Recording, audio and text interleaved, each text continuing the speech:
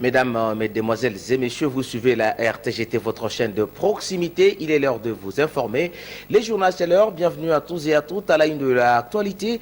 Enfin, les bureaux définitifs de l'Assemblée provinciale affichent complet. Les élus provinciaux se sont à nouveau réunis pour élire le tout premier président de l'Assemblée provinciale de cette législature. Après round sans majorité absolue, c'est 28 mars 2024, l'honorable Cyril Kimpu-Awel a remporté devant Moufoua Simplice par 14 voix contre 12. Suivant ici le vainqueur, honorable Cyril Kimpu-Awel.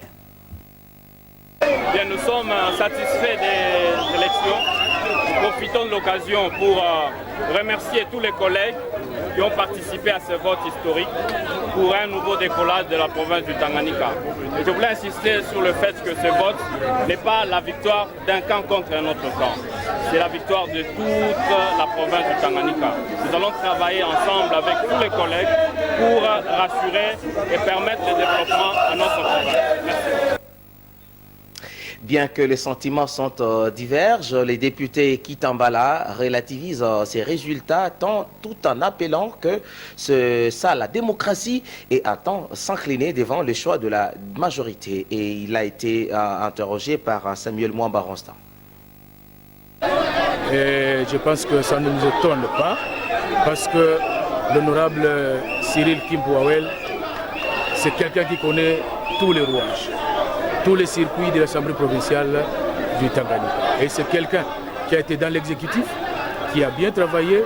Donc je crois qu'aujourd'hui, l'Assemblée provinciale du Tanganyika vient d'hériter d'un monument vivant. Quelqu'un qui va nous aider à stabiliser les institutions. Parce que depuis tout ce temps, depuis l'installation de cette institution, il y a toujours des remue-ménages tout le temps.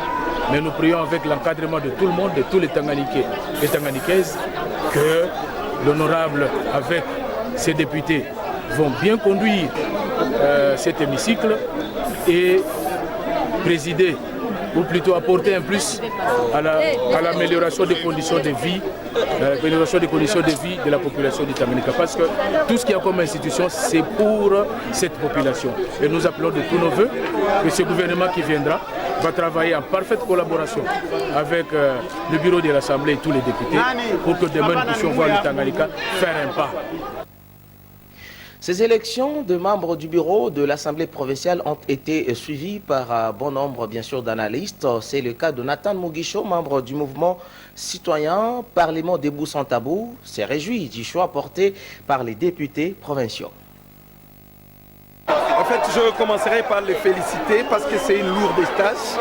Vous le connaissez bien que c'est l'Union sacrée qui est en train de diriger actuellement les affaires dans notre pays et que ceux qui sont passés sont tous de l'Union sacrée, hormis le rapporteur adjoint qui ressort de l'opposition. Et de ce fait, ma petite impression est de lui souhaiter bonne chance parce que ce n'est pas facile pour la province qu'est le Tanganyika, qui venait de connaître beaucoup de crises politiques.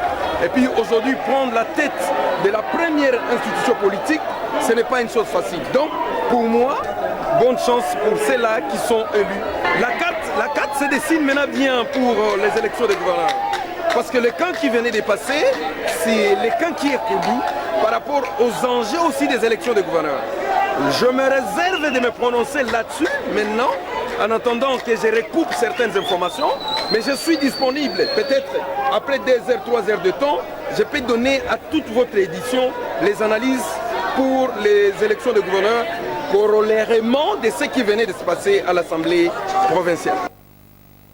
De l'autre côté, Mada Aimé Mouteni, cadre de la société civile au Tanganyika, s'indigne du fait qu'aucune femme n'a été élue parmi les membres du bureau de l'Assemblée provinciale, mais attend soutenir quand même les femmes qui ont postulé au poste de gouverneur de province. Une très grande déception. Une organe aussi importante de la province sans la femme. Donc notre combat s'avère inutile. Entre-temps, je commence par m'en prendre aux députés femmes qui ne se sont pas alignés, dans différents postes, et aussi par le fait que, au lieu de prendre pour suppléantes des femmes, ils ont pris les hommes. Et ce sont les hommes qui vont pouvoir les remplacer parce qu'ils aspirent aux autres postes de responsabilité.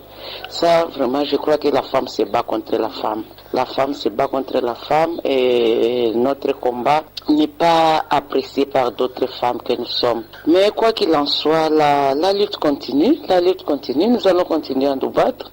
Nous allons continuer à aider la femme à comprendre les biens-fondés de notre lutte, de la représentativité des femmes aux différents postes de prise de décision. J'en profite pour féliciter le président qui a été élu. Il a été toujours avec nous dans la lutte. J'espère que dans son cabinet, il ne manquera pas de nommer les femmes qui vont pouvoir calmer un peu les cœurs des femmes qui sont brisés. Sur 5 au poste de gouverneur, c'est déjà un exploit. Et nous encourageons ces 2 femmes à aller de l'avant, de se battre au même titre que les hommes. Donc l'échec à l'Assemblée provinciale n'est pas une fatalité, mais nous espérons que l'une d'entre elles sortira tête haute élue gouverneur des provinces du Tanganyika. Et toutes les femmes qui sont en train de pleurer à ce moment verront leurs larmes essuyées. Et autre chose à présent, mesdames, messieurs, dans cette édition du journal, c'est à l'honneur de l'obtention de son agrément à nos jours que la coopérative d'épargne de crédit Pekesiwezi dans le Tanganyika a organisé une première assemblée générale à Kalemi. L'événement a eu lieu ce jeudi 28 mars 2024 à l'école primaire Bakita en présence de plusieurs invités. Parmi eux, ses partenaires John Kilocho et les coordonnateurs de la COPEC Pekesiwezi dans le Tanganyika. Il revient ici sur le bien fondé, bien sûr, de la tenue de cette assemblée. Oui, nous avons organisé une réunion d'assemblée générale. C'est une réunion qui est recommandée par toutes les coopératives. Annuellement, il faut faire une assemblée générale là où on parle de l'institution, on parle de la COPEC et avec ses réalisations, et aussi adopter les activités qu'on peut exercer ou qu'on peut réaliser pour le mois ou l'année 2024. Normalement, ce qu'on a adopté avec les autres, c'est juste une bonne amélioration des conditions de la COPEC pour cette année 2024. Après avoir fini notre atelier, le message que je peux lancer dans toute la population du Tanganyika est que la COPEC, c'est notre banque communautaire et qui fonctionne en tenant compte des valeurs socio-culturelles de la population du Tanganyika. Nous demandons à tout le monde de venir vers notre banque communautaire et qui nous considère. La libération préventive de Salomon Kalonda est largement commentée par le média quinois paru le matin de ce jeudi. Melchior Katontolonkolo revient avec les commentaires pour la lecture du journal des journaux.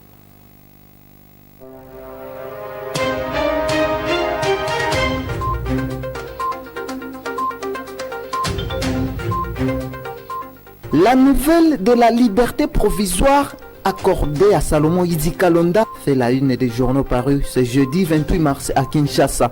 Mesdames et messieurs, revue de presse. Forum des As rapporte que la Cour militaire de Kinshasa vient enfin d'accorder la liberté provisoire à Salomon Kalonda, le conseiller spécial de l'opposant Moïse Katumbi. La nouvelle a été annoncée mercredi 27 mars lors de l'audience tenue à la prison militaire de Ndolo à Kinshasa. La liberté provisoire accordée à Escadela intervient après plusieurs demandes formulées, notamment à travers des plaidoyers de ses avocats et des défenseurs des droits de l'homme qui ont brandi la détérioration de la santé du prévenu incarcéré depuis près de 10 mois, rappelle ce quotidien. La liberté provisoire a été accordée pour des raisons humanitaires dans le but de permettre à Salomon Kalonda, député provincial du Maniema, de recevoir des soins médicaux appropriés conformément aux recommandations médicales, précise le journal. Le parti de Moïse Katumbi Chapwe, dont Salomon Idi Kalonda est conseiller, n'a jamais cessé d'insister sur l'urgence d'autoriser ces derniers d'aller se faire soigner à l'étranger, comme l'a recommandé son médecin traitant. ajoute pour sa part la prospérité. Les avocats de la défense avaient également soutenu que chaque jour qui passait mettait en danger la vie de leurs clients. Détenu depuis juillet 2023 à la prison militaire d'Indolo, Salomon est poursuivi pour intelligence présumée avec l'ennemi de la RDC. Il avait été appréhendé le 30 mai dernier à l'aéroport international de Njili, conclut le tabloïd. Dans un autre registre, l'agence congolaise de presse ACP annonce que le chef de l'État congolais est arrivé mercredi à Nouakchott, en Mauritanie, pour une visite officielle de 48 heures à la rencontre de son homologue et président en exercice de l'Union africaine, selon la présidence congolaise. Après Lomé, Togo, le président Félix Tshisekedi de la République démocratique du Congo s'est rendu le même mercredi à Nouakchott, en Mauritanie, pour une visite de travail de 48 heures. Le chef de l'État a été accueilli dans la capitale mauritanienne par son homologue Cheikh Ghazouani, également président en exercice de l'Union africaine, a indiqué la source de l'ACP.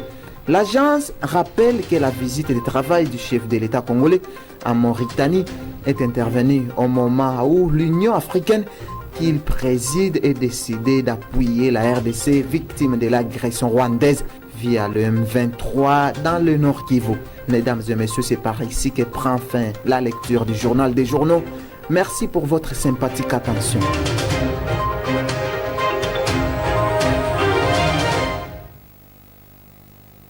Ne choisissez jamais votre camp avant de connaître toute l'histoire. Il y a des gens qui sont doués pour salir l'image des autres. Mesdames, Messieurs, ce journal est complètement terminé. Merci à vous de nous avoir suivis. Merci à toutes nos équipes en régie. Personnellement, je vous retrouve la semaine prochaine pour un nouveau journal. Ne zappez pas, restez pour la suite de nos programmes. À très bientôt.